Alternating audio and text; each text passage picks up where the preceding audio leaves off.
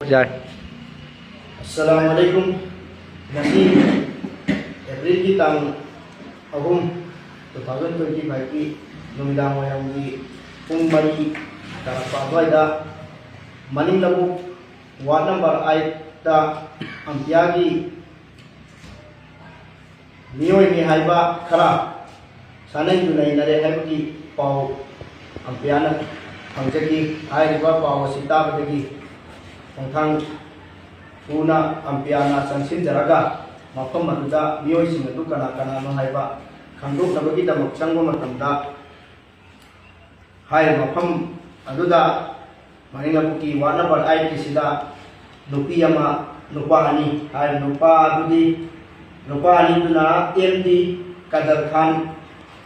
अपोपदी मिंग एमडी शमसुद्दीन हाइबा लेतान कॉपी साइकोंदगी अदुगा अमना एमडी अब्दुल गफूर अपोपदी मिंग एमडी नसीब अली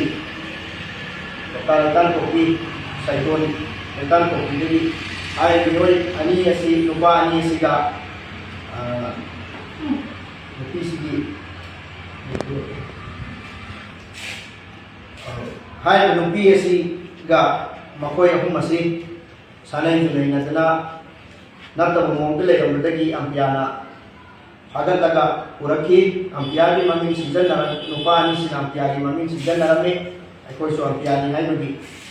अदुना अंपिया की ऑफिस तो पुकला मतुंदा हंकीबो मतमददी मकोय अनि सि अंपिया की करीब बहिरम मतदा मरी लेनरमदे मकोय अंपिया की ममिंग पंजनबा असिगी मतंग से मतम खरा की ममांगदा मैतै अमदी कुकी की लेतान कॉपी साइकोंदा थोकिबा इरांग अदुदा हाइबा लेतान कॉपी हाइ मफम सिदा लेइबा मैतै पंगल मुस्लिम इचिनाव सिंग अदु की सा सन लौथोकपा अमदी पोचै के थांदोक थांजिन तौबदा यामना बेरा कारे अखोय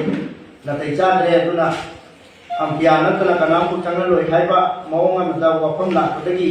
अंपिया दा हाइजरगा मकोय अंपिया दा मकोय की तरे लाखी अदुगा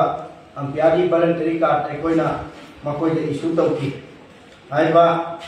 इशू दुदा इरान दुगी मरता संसिल लगा पोचै लौथोक लौसिन थांदोक थांजिन तौबा यानबै दमकता अंपिया न मकोयदा